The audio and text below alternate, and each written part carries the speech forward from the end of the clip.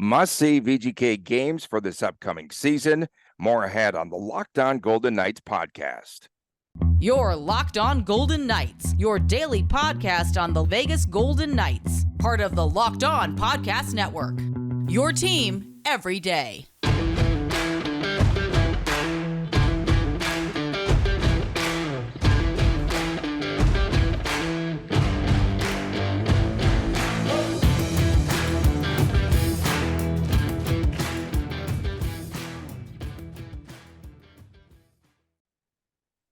Hi, everyone. Tony Cardasco, Chris Golick from Las Vegas. Thanks for making us your first listen each and every day. Make sure you subscribe on the YouTube channel, Locked On Golden Knights. You could find our podcast wherever you get your podcast. And make sure that you find us on Twitter as well, at Locked On VGK, at Tony Dasco, at TD Chris G. The Golden Knights schedule was revealed. It was released a couple of weeks ago in the middle of Cup Mania. And Chris, we really didn't have a chance to give the fans and folks out there any of our must-see games, a list of games that you just have to see here for the Vegas Golden Knights, either home or away or wherever. And again, must-see games starting with the home opener, I think on October the 10th. Well, that's the night, of course, that we're going to see the World Championship banner that is raised and the championship rings are handed out. It's going to be a huge night against the Seattle Kraken.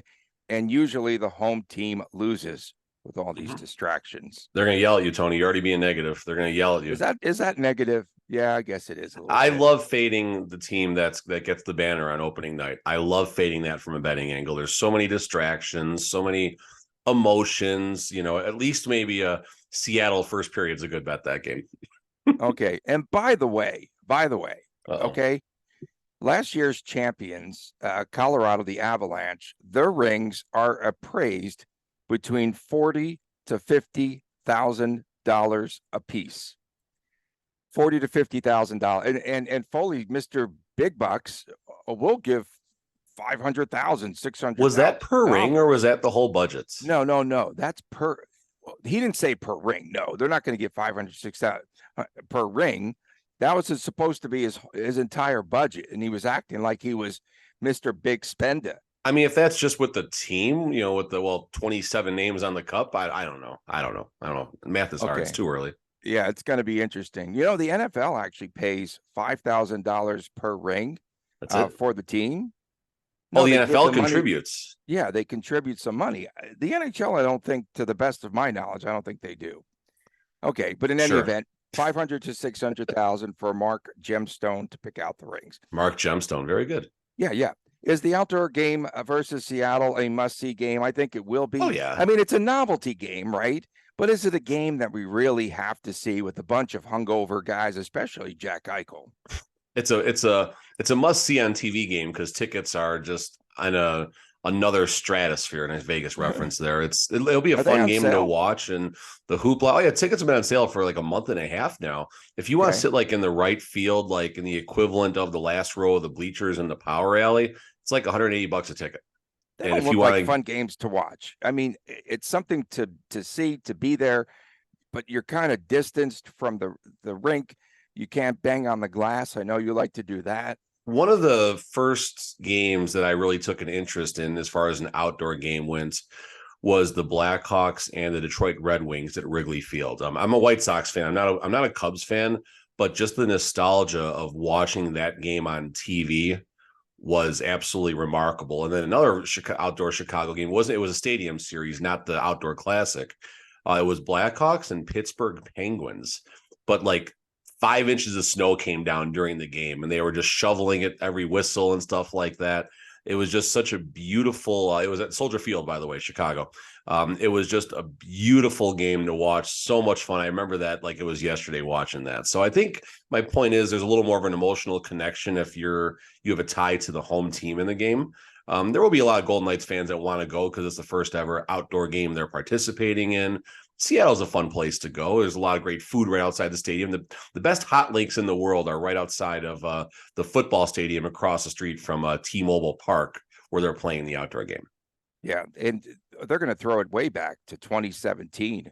maybe with some nostalgic sort of look. I don't know what they're going to wear. Yeah, throw it back. Well, yeah, another jersey. Great. And Seattle back to what, 2020 now? Is it?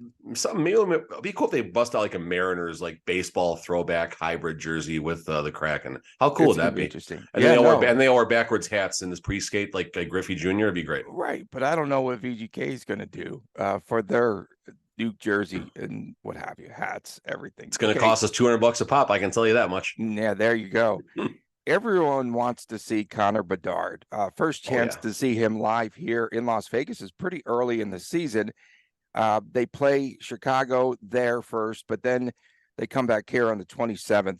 I don't know if you've been following much, but the development camp, the player, obviously, well, Connor Bedard makes everyone better around him, but the one player that pretty much stole the show, did you see Oliver Moore?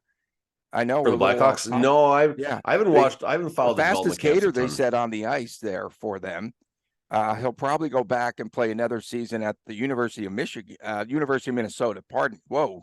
Minnesota. Yeah, don't do that. Don't do that. Yeah. Now you can say Ohio State, and you'll really get people going crazy. Yeah, I'll get them a little fired up. But that's a guy definitely that could be up with the team after the season. Nice. After he plays at the University of Minnesota. Colorado at home, I think, is a must-see game early on in the season, and that'll happen on November the 4th. The past two Cup champions that will have colliding, plus an opportunity to see the team that's favored to win the Stanley Cup, and they've had a ton of different changes there in Colorado, so I think that should be a good game, and that rivalry perhaps could heat up. But I know that the biggest game that you would like to see is against Edmonton. And I think the fans want to see that. They first play, I think, November 28th at Edmonton. November 28th at Edmonton, April 10th at Edmonton, home in Vegas, February 6th, right after the Super Bowl. So that'll be a fun time, definitely, in Vegas. And Edmonton, I think, as far as Vegas fans are concerned, is rivalry 1A. Maybe that'll change throughout next season when, San Jose comes back and all that stuff. But Edmonton, the Boo Birds will definitely be out in full effect. And I can see the Golden Knights in-game, day game production team rubbing a little salt on Edmonton with the F around find out. Maybe they'll throw something in there. I could see a little more mentions of the Golden Knights winning the Stanley Cup that game. I could see those games get a little hasty. I'm actually kind of looking forward to seeing Anaheim this year. Anaheim, nice young core, of course. Zegras, McTavish, Drysdale, Radko Gudas is now playing defense over there. Terry, if they sign him, I think he went to arbitration. Yeah, this stuff always gets worked out usually, so I'm sure they'll have all their players there. But Anaheim, a team moving the right direction. I mentioned in my notes here, March, 3 is March. Good morning. March the 9th, Detroit comes to town. March is so mad. March is so madness. There you go. We'll be talking about that then. I have that on I have that too. Yeah, they just made the big deal for DeBrincat, and now they got a top line of what? DeBrincat, Perron. I forgot who would center that line. You got Andrew Kopp, Mo Sider as well. They're Detroit's, the Yzer plan, it's coming. And just real quick nugget here about DeBrincat. He's on his third team in 3 years in the midst of the prime of his career. What's wrong? What is wrong with this dude? No, he's Aiden Hill after having a couple successful seasons. He's farther along. But what is up with DeBrincat? I know Ottawa had very little chance to re-sign him, but Ottawa gave up so much to get him. They gave up less to Detroit to get rid of him, and I don't know. We'll see what happens there. January the 20th, must see. That's when Riley Smith, Eric Carlson, and the Pittsburgh Penguins. We'll see about Eric Carlson. We'll see. I saw, Sheng Peng had that late last night, from San Jose, that he could go to Pittsburgh. And what was his other? Carolina, which I don't understand. Carolina's got Brent Burns, folks. I don't understand the love affair with reuniting those two, at least on the same line, because it's a fun line, like having those two on a defensive pair, and they're going to score a lot of goals. Okay, Burns will get 65 points, and Carlson will get another 100 points, and collectively they'll still be a minus 47. So at the end of the day, what are we really accomplishing by reuniting Burns and and Erik Karlsson. I mean, maybe Carolina is scrambling because of the way the last couple seasons went. I don't know, but I don't think that's a good idea. Pittsburgh, on the other hand, you got Chris Letang on defense. You got obviously a lot of great leadership on the other side of the blue line. So it could work out fine in Pittsburgh. It'd be a good fit for him. I think VGK has the final four. So rigged. Final four games of the season will be at home. Every time he says rigged, Rita, I'm going to say, shut up, Tony. There you go. I'm getting Rita on my side.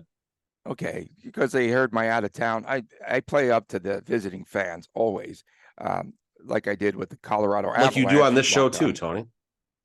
Very true. Very true.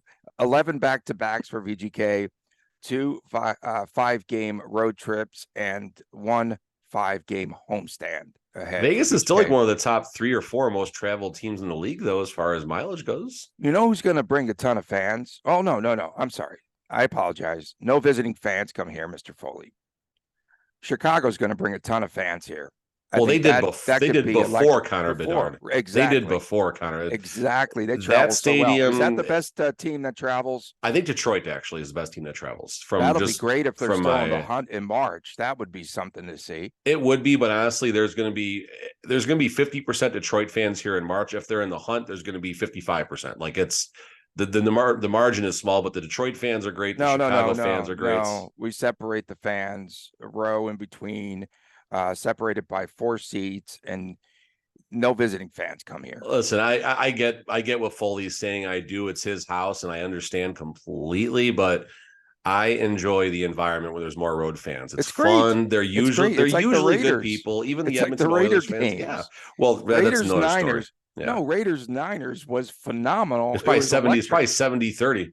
It was Stanford. Electric. It was so good. There's so many great. So much nostalgia because obviously Oakland, the Raiders just moved from Oakland, so you got that rivalry coming down here. And I still haven't been to a Raiders game yet, Tony. In 2 seasons, still haven't gone yet. 3 seasons. Well, but you couldn't go the first season, COVID. I went. I was there. I know, Tony. You know where the fire exits are. I know. Yeah, the San Francisco. Oh no, that was the New England game where I saw the 2 used car salesmen, McPhee and McCrimmon, roaming around in the press area. Why are they used car salesmen, Tony? I don't know. That's what they look like. Coming up next, a new ECHL team has been approved for Lake Tahoe. We'll try to bring things back here. Could VGK make a deal to swap the Ghost Pirates and have all 3 levels of the organization here in the Silver State? We'll talk about that when we return right here on Locked On Golden Knights. Take your first swing at betting MLB on FanDuel and get 10 times your first bet amount in bonus bets up to $200. That's right, up to $200. $20, you could land $200 back, win or lose. It's $200 that you could spend on betting everything from the money line to the totals to who you think will hit the first home run. And it's all on the app that's safe, secure, and super easy to use. Plus, when you win, you can get paid instantly. There's no better place to bet on MLB than on FanDuel, America's #1 sportsbook. Sign up today. Visit FanDuel.com/lockedon. You'll get up to $200 in bonus bets. That's FanDuel.com/lockedon. FanDuel, the official partner of Major League Baseball. We are back on Locked On Golden Knights. Tony Cardasco, Chris Golick from Las Vegas, and we appreciate you making us your first listen each and every day.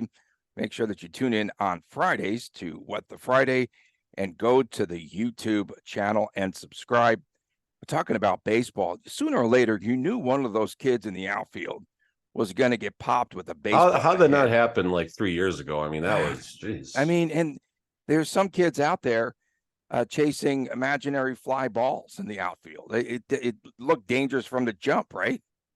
I mean, I've never understood that. Like, I love going to baseball games and just being in the crowd for batting practice. I remember, going back a long time ago in Chicago, US Cellular, Comiskey, guaranteed rate, ballpark, whatever the heck it's called right now.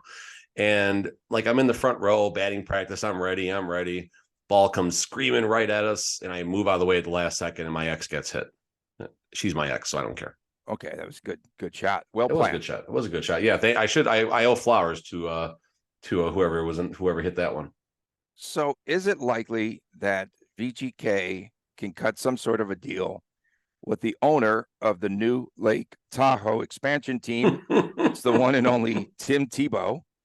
And former David quarterback. Hodges, but sure. David Hodges, the car dealer, I think. Yeah.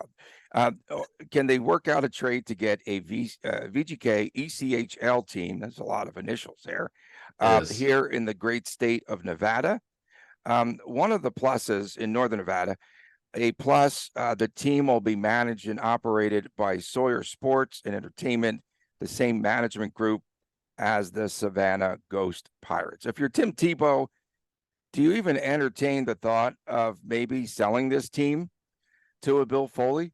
I would have to think that if Foley wanted to own a team in the Tahoe, Reno area, he would own a team in the Tahoe, Reno area by now. And I would have to think the ECH, I don't know how this works. I'm shooting at the hip right now, but I would have to think that Bill Foley would go to the front of the line, given the fact that he owns an NHL and AHL franchise. So Foley, we've learned by watching him and listening to him talk in podcasts and everything, that he's very calculated about how he spends his money and where he spends his money, and all the way down to how he's going to get a return on his investment on the rings for Mark Gemstone and company to pick out. So I got to think that maybe, again, I don't have any knowledge, but I got to think that Foley probably thought about this, and I think Foley might be content, at least in the beginning, allowing someone else to foot the bill, so to speak, but still get the VGK footprint up there if they can obviously relocate the Ghost Pirates franchise, or at least the players, and move their affiliation. They don't need to relocate the Ghost Pirates. They got, I think, a brand new arena down there, and they're drawing really, really well, doing a lot of exciting things. But I could see, like, when Foley bought the San Antonio Rampage, he moved the entire team, obviously, to Vegas. So we'll see how that whole thing shakes out. But I was trying to find it over here as I was so inappropriately looking away while you were doing all your talking. I wrote an article for Franchise Sports Media. Shout out to Joe Arrigo, I think that's how you say his last name, who's the reason you and I are even together doing this and all the craziness that's happened for me in the last year. But I wrote an article. God, I was doing articles for them, I think, around 2020 during the COVID time. Mm-hmm. And I was trying to find, I actually did write that, Foley should complete his professional hockey trilogy and get a team in Reno, an ECHL team up there. Because think about it, the Golden Knights, they've sent this bus up there around the preseason every year. And even I think in the offseason to create awareness about the Golden Knights and just, put on like these big media events and stuff like that up there. So you got to think Foley had an idea this was coming, and maybe it's not the 24-25 season, but sooner than later, there will be an affiliation, I'm guessing, to the potential, well, not potential, but to the Tahoe franchise. And I guess I wonder, Tony, maybe you know the area better than I do. Why Tahoe and not Reno? Is it going to draw better in that area? I don't think so. They say that there's 11 million visitors there to Lake Tahoe every year. Okay. Of course, visitors. The keyword is visitors. Okay, very difficult place to get in and out of in the wintertime with all the snow. It's difficult. And their fan base will be in Reno, so you still have to travel up the hill, which is 45. That's a good 45 minutes to an hour up the hill, right? Depending on where the stadium is. I haven't been up there, so I don't know. Yeah, it's the Blue Event Center, and capacity to be about 4,200. Is that so? That's a building that's already that building's established where they're going to be playing. I believe so. And so they're called the Lake Tahoe membership. Is that what they're called? I think something like that. Lake Tahoe membership. I don't know. Was that it, or did I misread the headline?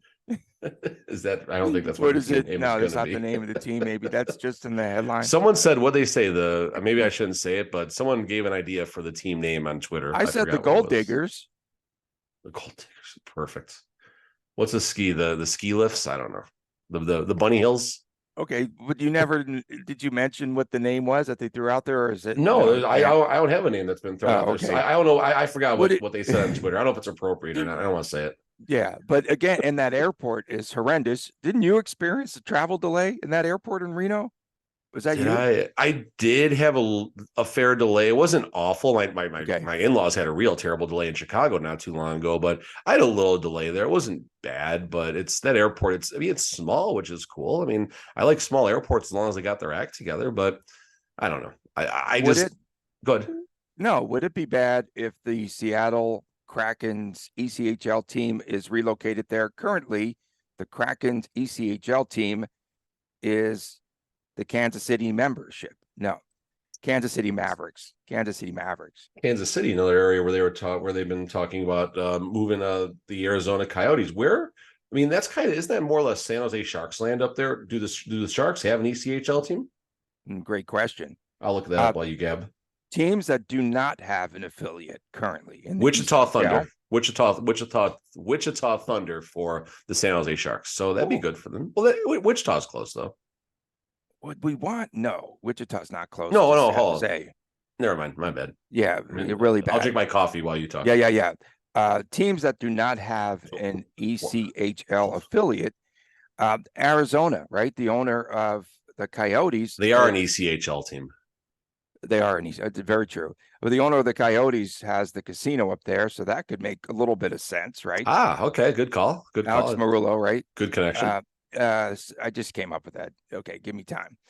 St. Louis doesn't have one. Vancouver and Winnipeg don't have an ECHL affiliate. Vancouver, that's not bad. I mean, yeah. Yeah. So one of those teams perhaps, but Seattle probably would be the odds-on favorite, I would guess. And Seattle, yeah. Can they fill 4,200 fans? I don't think so per night. I think the business plan probably pencils for like 1,800 fans coming, and if they do better than that, great. I mean, listen, let's be realistic. At least in the Valley here in Vegas and Henderson, the Silver Knights, even though they say they sell like 4,800 or 5,300 tickets a game, there's on a Tuesday night in Henderson, there's 1,800 to 2,200 fans there. On the weekend, some of the bigger games, they get close to capacity, but there's a lot of people that just don't go to those games. I mean, call it what it is. So the ECHL, there better be a gimmick to get the kids out there to want to bring the parents and to Tahoe. Again, to Tahoe. Pretty interesting. And yeah, I mean, ski slopes during the day by day, and then you can catch a hockey game. I mean, the concept is cool, I guess. Like, I mean, I'm not saying it's a bad thing. I just are the people visiting Tahoe from the area, whether they travel from that kind of tri-state area up there, or the people coming from the other side of the country that enjoy spending time in Tahoe, is ECHL hockey going to be a fun form of entertainment for them?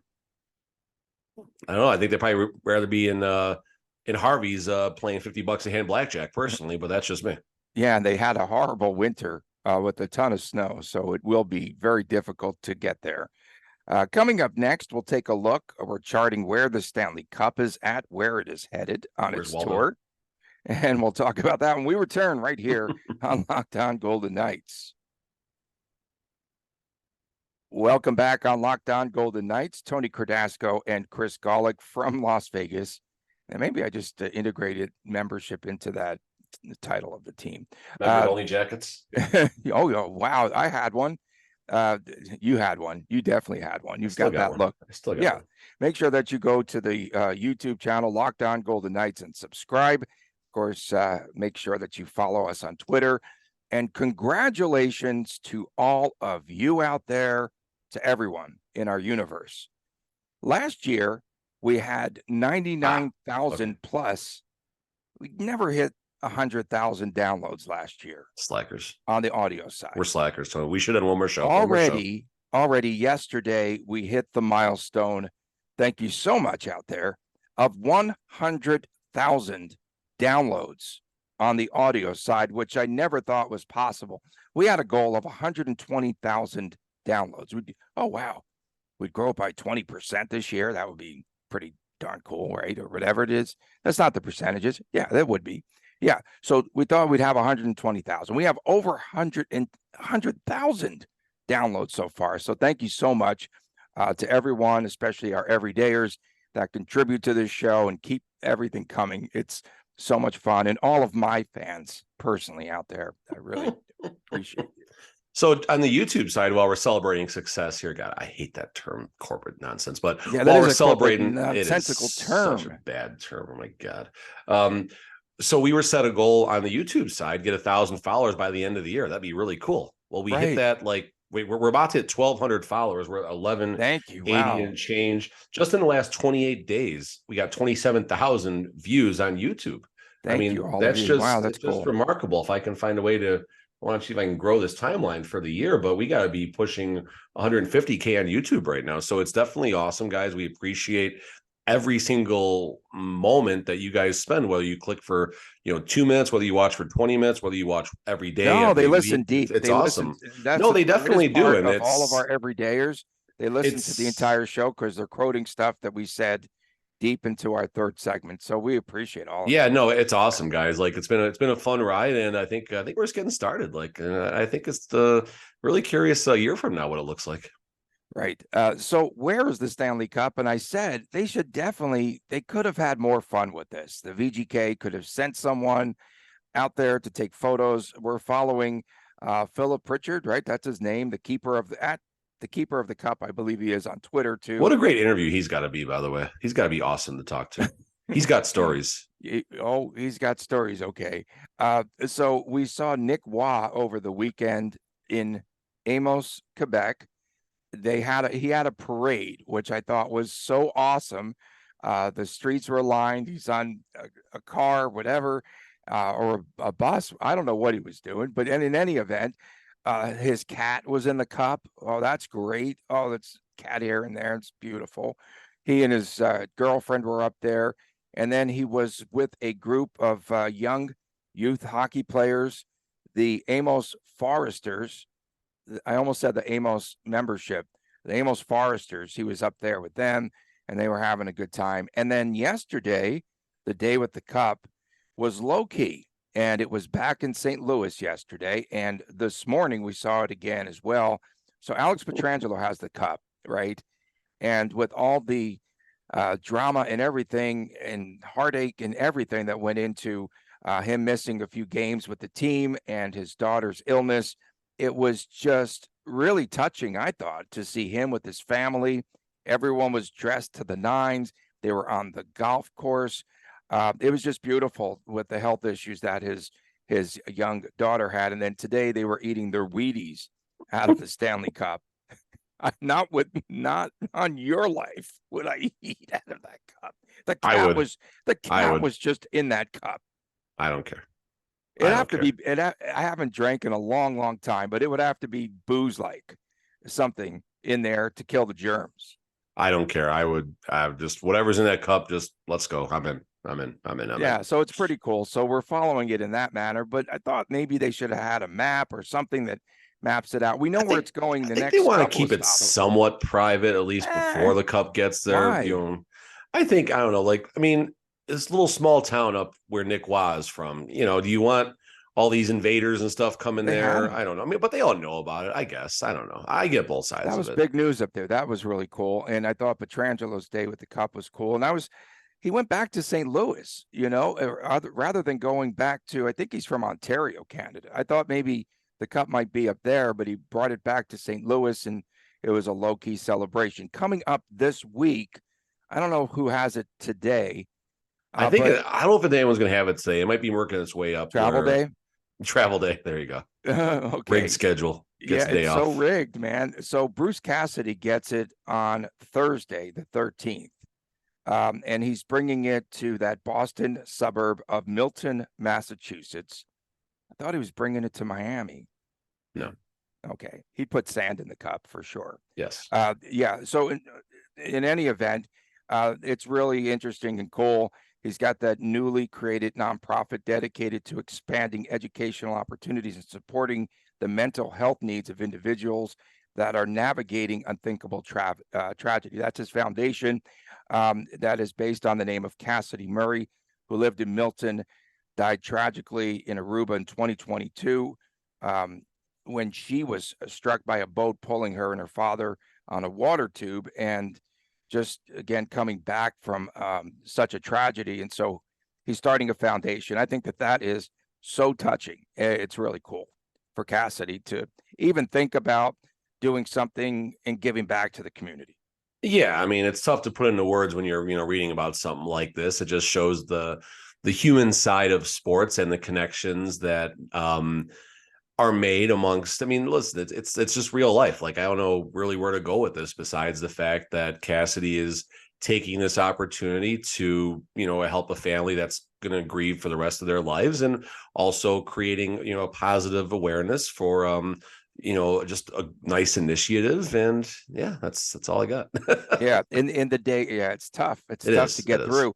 In the days following Cassidy Murray's death in March of 2022, Bruce Cassidy hosted her and her family at TD Garden in Boston, presented her parents and her brother Adam with a jersey bearing her name and her favorite number. So that is cool. 12. And then, but you see, Cassidy can't drink out of that cup because he sways too much.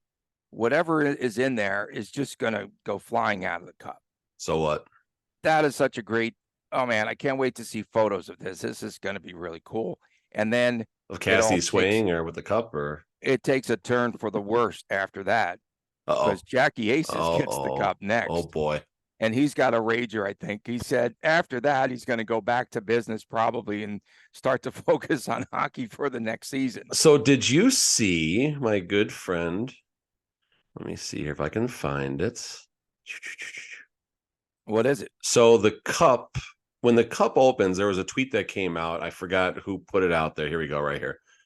So let's see. Philip Pritchard put a tweet out there. Right, the guy that takes the cup around. Yes, and it's keeper of the cup. Is that it? So it shows the first thing that the Golden Knights see, and it opens up. Obviously, it's facing where their name is. Right. But if you look closely, right below Michael Amadio's name and right above Laurent Brossois' name, there's a scratch already.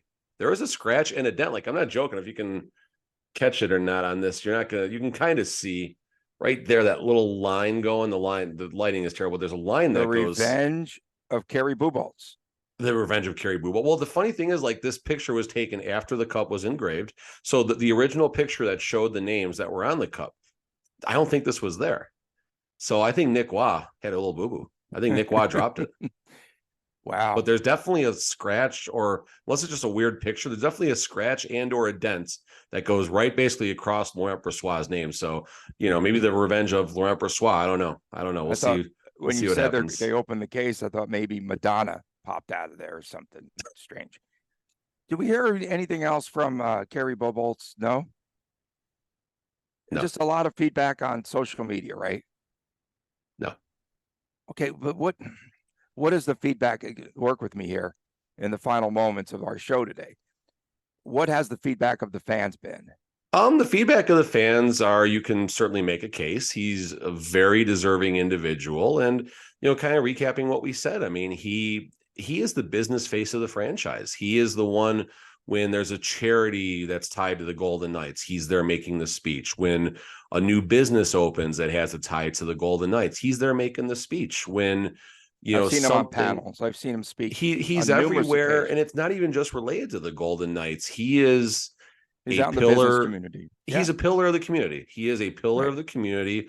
A great leader. You'll see him around City National. He's very approachable, very, very approachable. And it's not, it's not like this big thing. Oh my God, he's not on the cup. What did the Golden Knights do? At least that's not the way I present it in my story on Vegas Hockey Now. And there's a lot of tough decisions that go into this that a lot of people are involved in. And, I did put the hypothetical, just maybe he felt someone was more deserving. No, again, that's simply a hypothetical. And, he's a great leader and a good guy to talk to. And but see, I'm going to go there. And it's not even WTF what the Friday. The media in this town, they counter. So I know that it was a plant from the organization. They wind up coming back and countering with, these are the people that are on the cup, and this is why they're deserving of making the cup. And they missed the entire story. I'm sorry, but they really did. I mean, it's nice knowing the background because there are a lot of names on the cup I didn't recognize. That's great. But put you like this. That's a Nolan Patrick story. That's not a media story. That's a press release, sir. Fair enough. The Nolan Patrick story about him not being on the cup, like I know Philly Hockey Now kind of, one of my colleagues, I guess. Yeah, they were a little more neutral.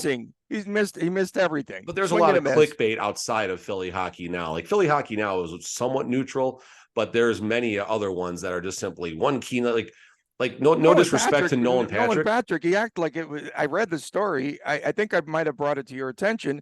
He acted like it was a big miss by the Golden Knights. Rob, and again, Nolan Patrick is dealing with so many injuries. It's terrible. I hope he can get things together. If he gets back to hockey, great. But, you want him to live the proper life. And Robin Lehner has had more of a positive effect on this team than, or at least he's played more games in the last couple of seasons. So, that's the bigger story personally, if you want to compare those two, but that's, I don't see Buffalo hockey now or Chicago hockey now saying, "Oh, Robin Lehner wasn't on the cup." I mean, it's I don't He know. would put snakes in the cup, in the top of the cup for sure. Hey, we've got an arbitration date for Brett Howden.